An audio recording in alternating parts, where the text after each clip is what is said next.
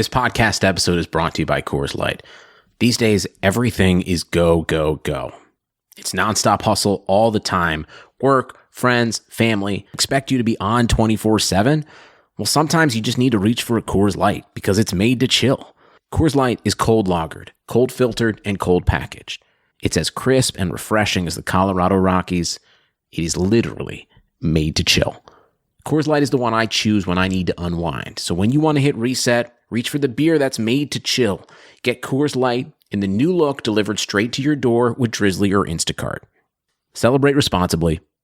Coors Brewing Company, Golden, Colorado.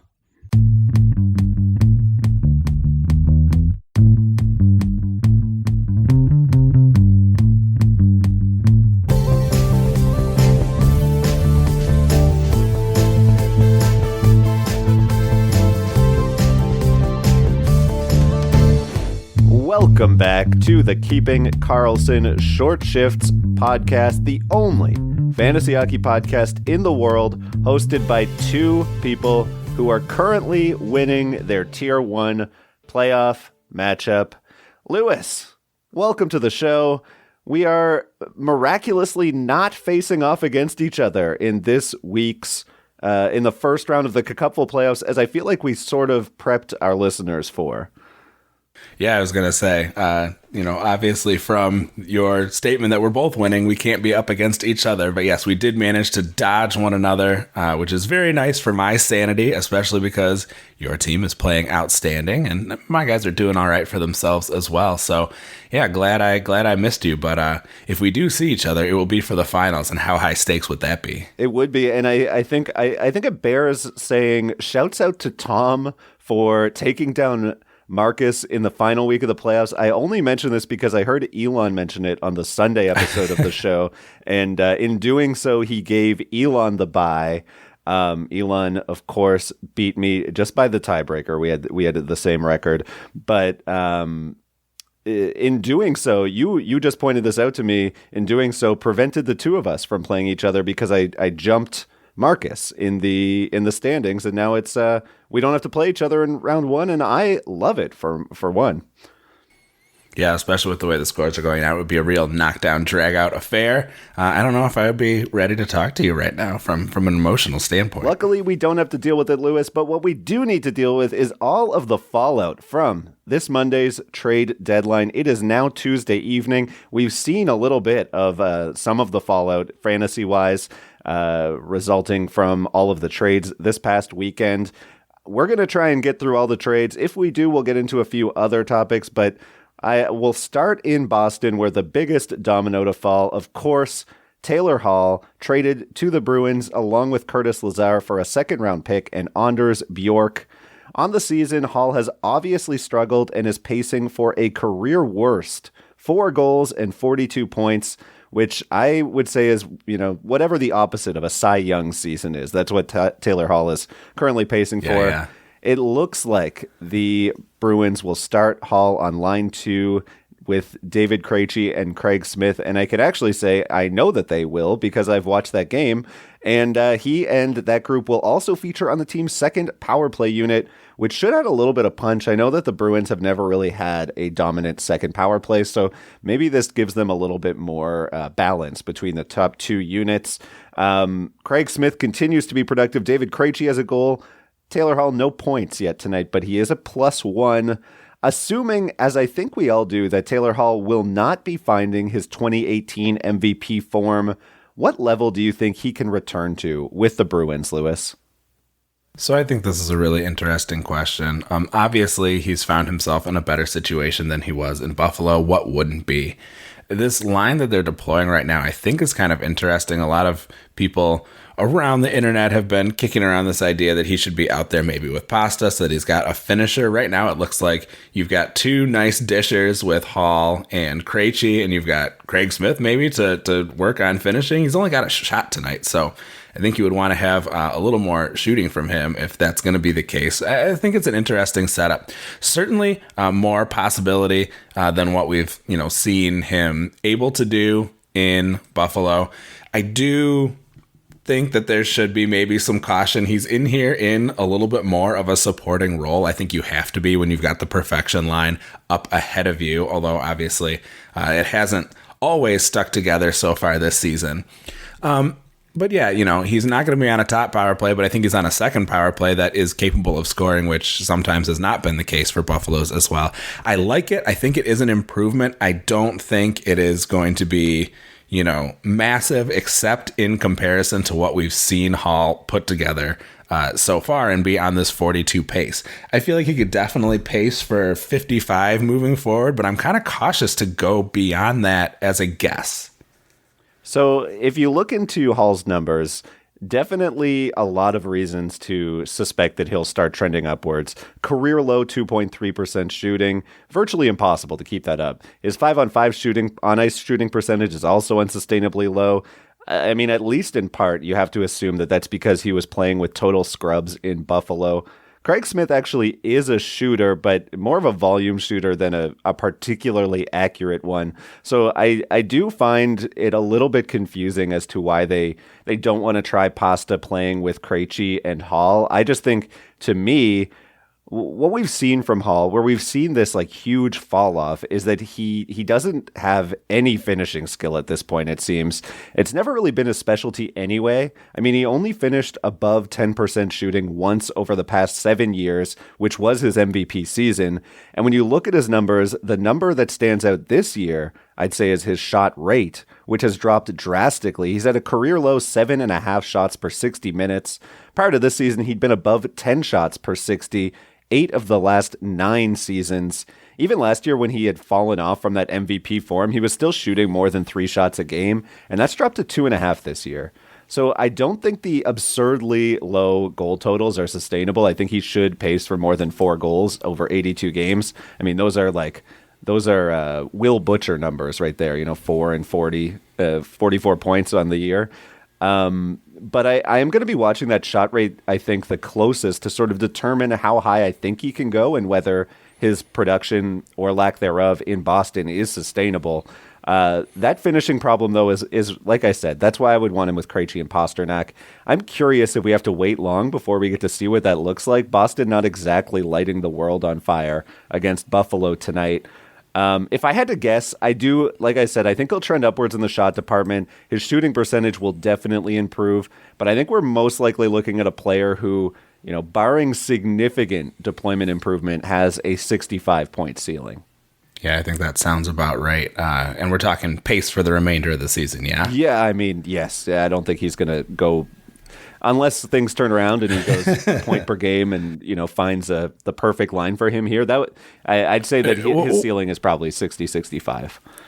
I bring it up because I think we're going to be talking about all of our players kind of in this framework. So I just want to establish it here so that we're clear at the start. But yeah, you're absolutely right. You would hope to see that they were doing a little better. Ullmark, left the game here in Buffalo, and they're up against Tokarski. You'd like to see him have a little more than 2 goals. There's still time, certainly. Coming up, we'll talk more trades. You're listening to Short Shifts.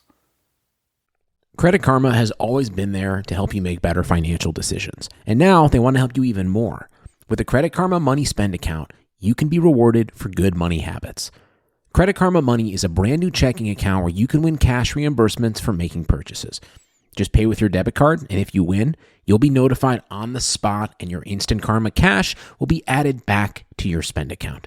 Open your FDIC insured spend account for free. There's no minimum balance requirements, no overdraft fees, and free withdrawals from a network of over 50,000 ATMs. And when you make a purchase between June 8th and June 30th, you'll automatically be entered to win $1 million. Right now, visit creditkarma.com/winmoney to open your free account and start winning instant karma. Go to creditkarma.com/winmoney to sign up for free and start winning. That's creditkarma.com/winmoney.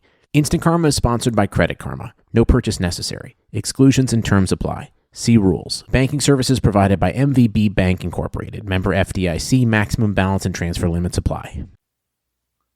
Welcome back to Short Shifts. Lewis, we are going to continue talking about the next biggest I don't know how to speak anymore. It's been such a crazy week. The next biggest trade from this week's deadline. Why don't you walk us through this one? All right, well, the second tradiest trade of the day came between Detroit and Washington, as Detroit sent Anthony Mantha to the U.S. Capitol in exchange for Jakub Vrana, Richard Panik, and a first-round pick in 2021 and a second in that stacked draft coming up in 2022. Mantha has been borderline usable at points this season, but a disappointing season on the whole. Much like Taylor Hall, he is off his pace from last year. He is pacing at almost the same rate, 41 points after a 72-point pace in the injury and COVID-shortened 2020 season. The Caps tonight started him with Nicholas Backstrom and TJ Oshie on the second line, as well as a second power play unit where he will headline along with Tom Wilson. Very successful outing for the Caps so far. A nice start for Mantha with a goal and an assist so far with a little bit of time still to go. So nice to see him settling into his new role, and I'm sure enjoying winning, or at least being in the lead in some of these games. We have not seen Detroit's lineup with Vrana yet. He's also seen a downtick in production this year, although not as drastic. From a 62-point pace last year to just 53 this season. He was recently healthy scratch for a pair of games. But Ben, I want to start with Mantha. Obviously, an awesome start so far in Washington. How close to last year's 72-point pace do you think Mantha can play for the remainder of the season? Yeah, with Mantha's fall off, I can't help but wonder how much of it can be attributed, and I can't believe I'm saying this, but to the injury to Tyler Bertuzzi. Because last year that Bertuzzi, Larkin, Mantha line was excellent, and they also featured it heavily on the power play. And then with Bertuzzi out for most of this year, Jeff Blashill never fully trusted the squad and never overloaded a line with his two best players in Larkin and Mantha. Yes, we have seen them go to that a few times, but for the most part, they've kept Larkin and Mantha split. Unsurprisingly, Mantha has hit a ton of waiver wires after being like a bit of a sneaky sleeper play in drafts. Now he's in line to play next to Nicholas Backstrom, who offers some really excellent upside as a playmaker for Mantha, who's shown he can be a volume shooter in the past, despite seeing a downtick in the shot rate this season. I think that's enough to turn around his miserable point pace this year, and we've already begun to see that. What a snipe on that first goal in Washington. What does concern me about this fit, though, for him is that Washington does not need to use him in an offensive role. And I do think he'll be productive at even strength, but I don't see where he fits on a top power play in Washington. So to me, that is a pretty severely limiting factor for him. I do see him as somebody who can put up like 60-ish points from power play 2 with very nice peripherals as well. The other caveat with Mantha, and this is something that if you listen to the Sunday show of Keeping Karlsson, you may have thought of right away once you saw the trade.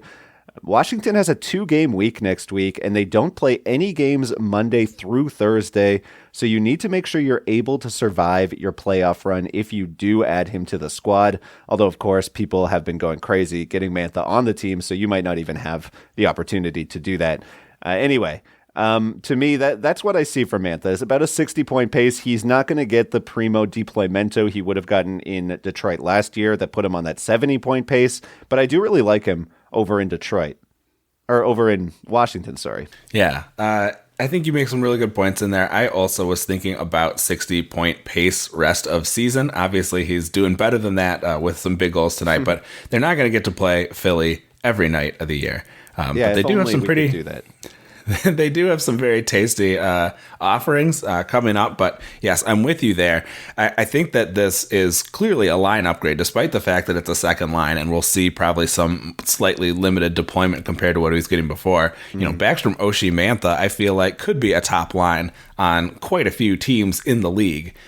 So the skill is certainly there. I don't. I saw this tweet earlier. I can't remember. Somebody said something very similar. I don't know. To me, TJ Oshie, they're all ideal on a second line. I think it's like, on a cup contender, they are right as a number 2 line. I think it's a great fit for them where they are. So yeah, you say on a cup contender, and I'm with you there. Like on a playoff team in the top third of the league, yes, they clearly fit in as a second line.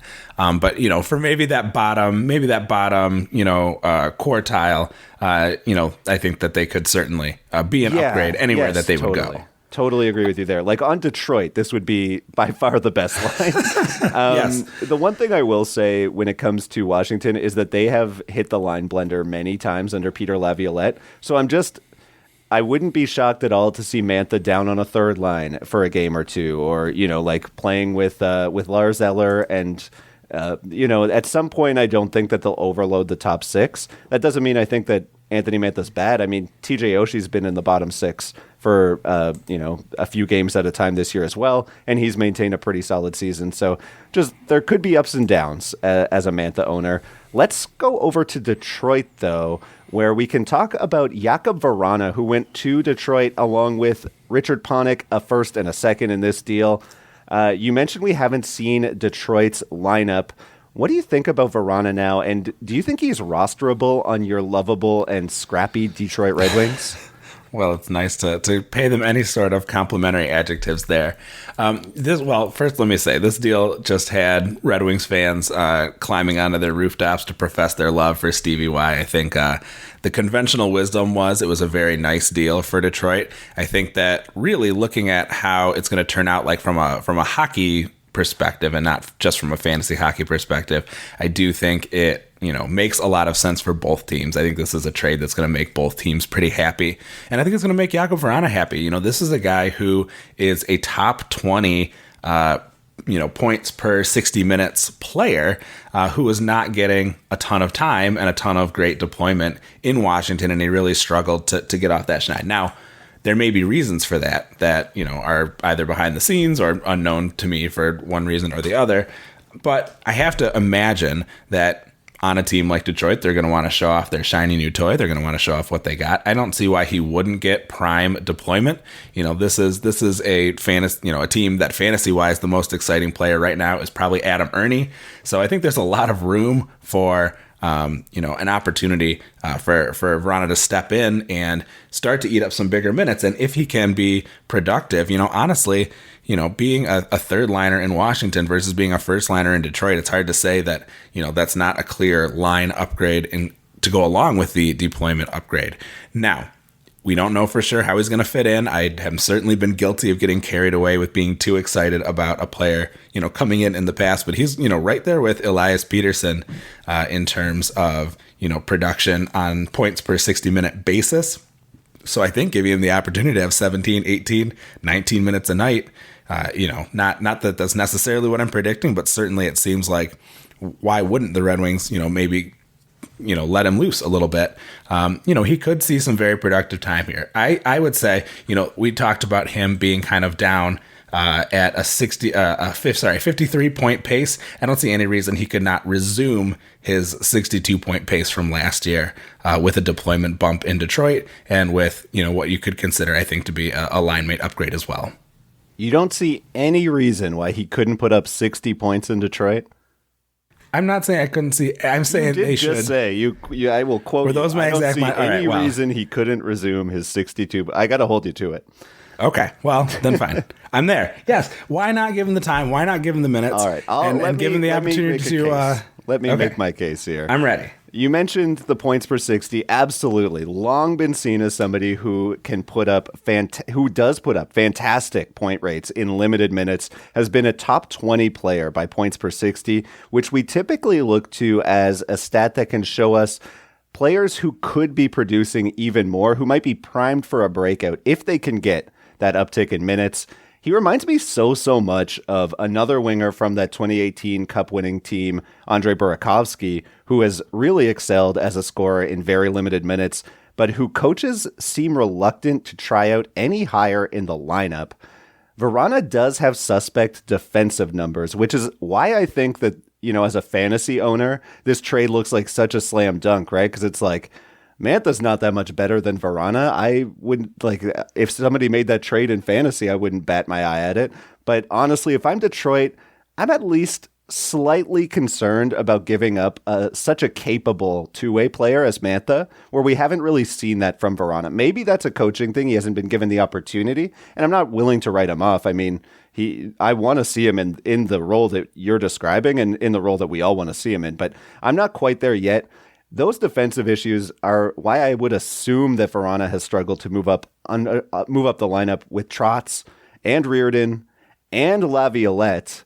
So, I mean, I'm not a coach. I can't tell you why players like Vrana or Burakovsky don't get improved deployment when they're succeeding.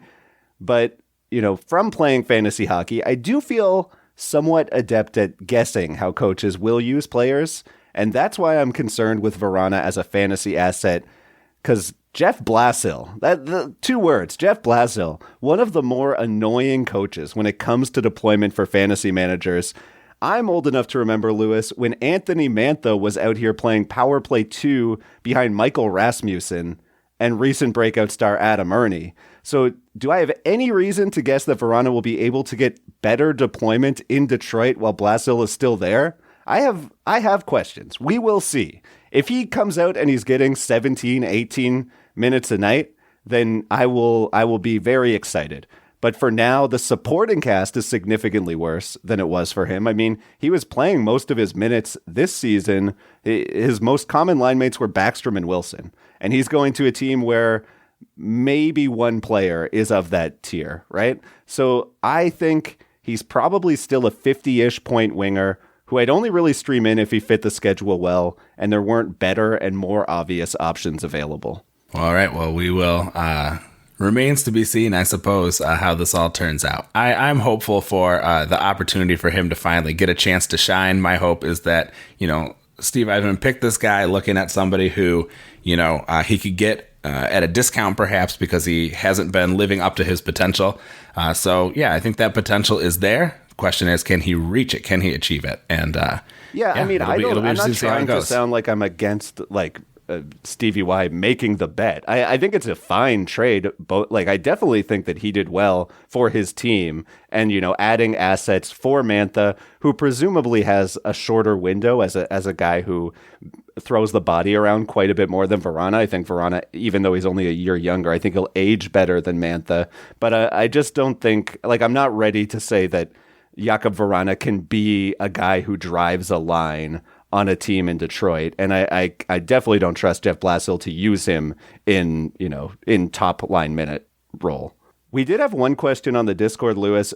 Folks wanted us to compare the two big names to move in the trade deadline, Taylor Hall versus Anthony Mantha. To me, I think that tonight's results sort of tip our hand. It's tough to pick against the guy who had a multi-point debut on a team that blew Philadelphia out of the water, but maybe you'll go against the grain and tell me why you think why Taylor Hall might be a better option. So a reason that Taylor Hall, I think, could be a better option is because he could ultimately end up with the superior line mates if he has the opportunity to be feeding David Pastrnak. But I think that is the whole bet there.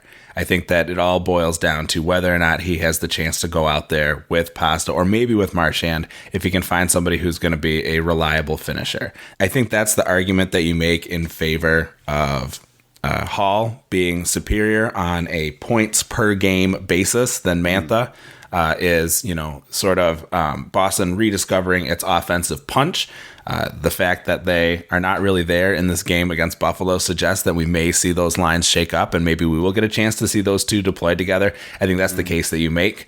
I'm with you that I think it's very difficult to go out and say, well, Hall's going to be more successful than Mantha given Mantha's multi-point night, but that does involve, a goal from that second power play. Yes, he had a nice snipe, so I love that. That's probably not something you're going to see from Taylor Hall. That's sort of what is crossing my mind as we think about how these two may compare. But I think, it's really tough call. I think it's really interesting that they're both on bad teams, both on the same pace. I guess I want to go with Hall because, like you said, there's nowhere for that shooting percentage to go but up. And he does have the opportunity to get out there with Pasta. So I'm talking myself into this, actually. I think I'm going to go with Hall having the superior points per game for the remainder of the season, despite the fact that Mantha obviously came out and took an immediate lead in that contest. I feel like you're maybe doing me the favor of trying to talk yourself into Hall because you could tell I'm leading Mantha, which I did take the Mantha side before this game tonight. I feel the need to say that I'm not just switching because Mantha had the big game, but I just think Mantha is. I see them both as 60-ish point guys, as I said before. I just think Mantha will fill more categories and provide that safer peripheral floor. But I do agree it's actually really close, and I think what you kind of hit on a little bit at the beginning of your comment there is that if Taylor Hall can get on the top power play in Boston, then he has a chance to turn into a fantasy superstar again. We didn't see it yet. They've decided to keep Brett Ritchie up there. One player I do want to mention while we're talking about this Boston power play, Mike Riley, traded to Boston from Ottawa. We mentioned him last week. He had 18 assists on the year to start a really excellent start from a guy who was like 2% owned in fantasy before the trade. Is getting a look on the top unit while Matt Grzelcyk is out. Do you think he has a chance of keeping that deployment when Grzelcyk returns? I don't think so. I'm going to pour some cold water on this one. I don't see that happening. I think they're going to go back to what they're familiar with and put Grzelcyk back up there when he returns. I think it's a nice idea. I actually think Riley gets a bit of a downgrade here, potentially. Oh. He was on that hot run. I think what's going to mask what will make it seem more pronounced is that he was on this really nice run in Ottawa where he had a bunch of games in a row with an assist.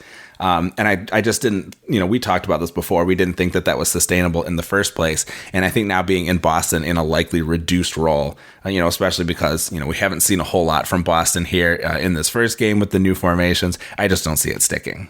Interesting. Yeah. I don't see really a reason why Grzelcyk couldn't be bumped. The one thing that makes me think he'll stick, and I guess like general loyalty to the guy, it's not like Mike Riley popped on there and went crazy tonight or anything, but Grzelcyk does have the contract. So, maybe you just want to keep him happy and you don't want to give him a reason to be frustrated. So yeah, I mean, I think you're right. Probably they lean Grzelcyk, but it wouldn't, blow my socks off if they turn to Riley.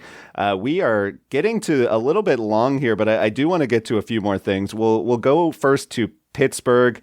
Jeff Carter traded to the Pens from LA. Sullivan said the plan is to use him as a center while Malkin and the rest of the middle six remain injured.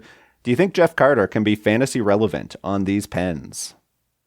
Yeah, I think that he could potentially slot in as a streamer for a little while. Again, we're sort of up in the air about where Malkin is. Is he back, any day now that he's skating? Is he getting ready to return for the playoffs and we won't see him during the remainder of the fantasy season? It all is kind of up in the air. I think that, if Kapanen can come back, he could have two solid wings with Kapanen and McCann or Zucker or however they sort of break it up. It certainly is an opportunity.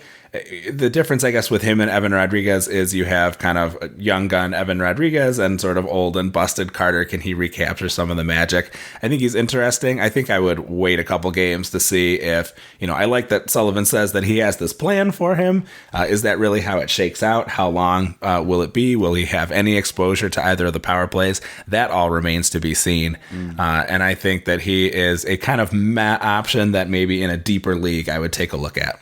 Yeah, I agree with you. I think he's a schedule-based streamer unless he proves he can do more. Or we see some crazy deployment for him. I do think it might be a nice little, and I guess I don't want to go crazy here, but it might be a nice uptick for Jared McCann at even strength, who I'm mainly just mentioning because he's been fairly cold at even strength, despite continuing to be a massive power play point provider for fantasy teams. We have one more spot that I want to make sure we get to, and that's Toronto, where the Toronto Maple Leafs made a big splash, sending out a first and a fourth. They wanted to pick up Nick Foligno, former captain of the Columbus Blue Jackets. I think he's probably a depth piece, and I think he's also there for defensive reasons, right? Like that he's a bit of a defensive specialist. So what that makes me think he's probably a good fit for the team, and he might even be good for that goaltending, which brings me to sort of what I wanted to talk about here, which is the Leafs went out, they picked up David Riddick to shore up the goaltending as Frederik Andersen remains on the shelf, and then they went out and gave Riddick his first start tonight against his former team, Calgary. So far, 2-2 in the middle of the third. Riddick has 18 saves on 20 shots against. So on deadline day, Dubas went out of his way to say that he does expect Frederik Andersen back before the playoffs. And all of a sudden, Campbell has struggled a bit. He's had 2 shaky starts after an immaculate run to start the season. Do we have reason to believe at this point that Campbell will not be a volume guy rest of season after he looked like he could be a potential league-winning waiver wire pickup like as recently as last week? So what's interesting about this, I think, is that, I think Riddick is there as an insurance policy. I think there is, what happens if Freddie Andersen comes back and he can't hack it? What happens if Andersen re-aggravates his injury? I think Riddick is there to make sure that, the Maple Leafs are not left goalie-less in the playoffs the way we sort of saw happen with, Colorado, maybe not entirely goalieless, but you know what I mean? Just in dire straits with what they can put out there. No, I think that you're right. Goalieless like Colorado. That makes a lot of sense to me. I think that's right. All right. As long as my meaning was clear. Very clear. It's been a couple shaky games. The dude set an NHL record for wins in a row to start a season. I think that, obviously it's kind of weird situation with talking about starting the season, but he had a very impressive run. He's going to have stinkers on occasion. This is like when we talk about a goalie who, not a goalie, but a defenseman who kind of goes on a run and that goes quiet for a long time. It's like, well, if you're going to average, a half a point a game, there's going to be a lot of games where you simply don't score. They just happen to come in a row. 2 bad games in a row after a bunch of outstanding starts, I don't think changes the mathematics of their decision making very much. I think Riddick is there to protect them in case of disaster. And I think that, Campbell is still going to be a valuable resource headed down the stretch. That's my take. I definitely don't disagree with you. And I mean, part of the reason why Riddick starts tonight is because they're coming off the second half of a back-to-back. But yeah, when they only had Campbell and Hutchinson, it's kind of like, well, they're going to have to lean on Campbell. And now that they have Campbell and Hutchinson and Riddick, and we're being told that Frederik Andersen is likely coming back, that's when I start to get a little bit more nervous about depending on Campbell. I guess it really just depends. I'm keeping my eye on the return of Freddie Andersen very closely if I'm a Jack Campbell owner. And I'm also keeping my eye on the results from Riddick and from Campbell over the rest of this week, because I don't think that there's not a lot of time for these guys to figure it out, right? Like either they're going into the playoffs and they expect Andersen to come back and be good now, which he wasn't before, or they're thinking, all right, we're just going to roll with Campbell. And I agree with you that Campbell has looked good. I don't think that he's suddenly bad, but I also don't think that he's, like 10 good starts in a row good, because I don't think any goalie is that good. So, it's just hard to say what we're going to see out of the next 10 games out of Campbell, even though we're used to talking about him as like this guy who just broke a league record and set the world on fire. So I'd say my eyebrows are raised as far as Campbell's value rest of season goes. I'm just a little bit more nervous this week than I was last week. That's as far as I'm ready to go, I suppose. Do you kind of get some Pittsburgh Penguins MAF versus Matt Murray vibes here a little bit? Which 2 goalies? There are like 4 goalies that are in the picture. So which 2 are we talking about? Talking about Andersen and Campbell. Yeah, I can see it from that one. Yes, for sure. Although, yeah, sure. I'm sorry. In my mind, I immediately went to starting to compare Fleury's career to Andersen's career because I'm an incredible pedant who's unable to really get into the minutia of any question that I'm asked. That's what I appreciate about you, bud. Thank you. I'm glad somebody does.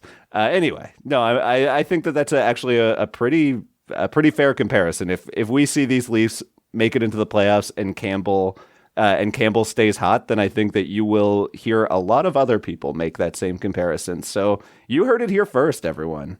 Lewis is trademarking that comparison.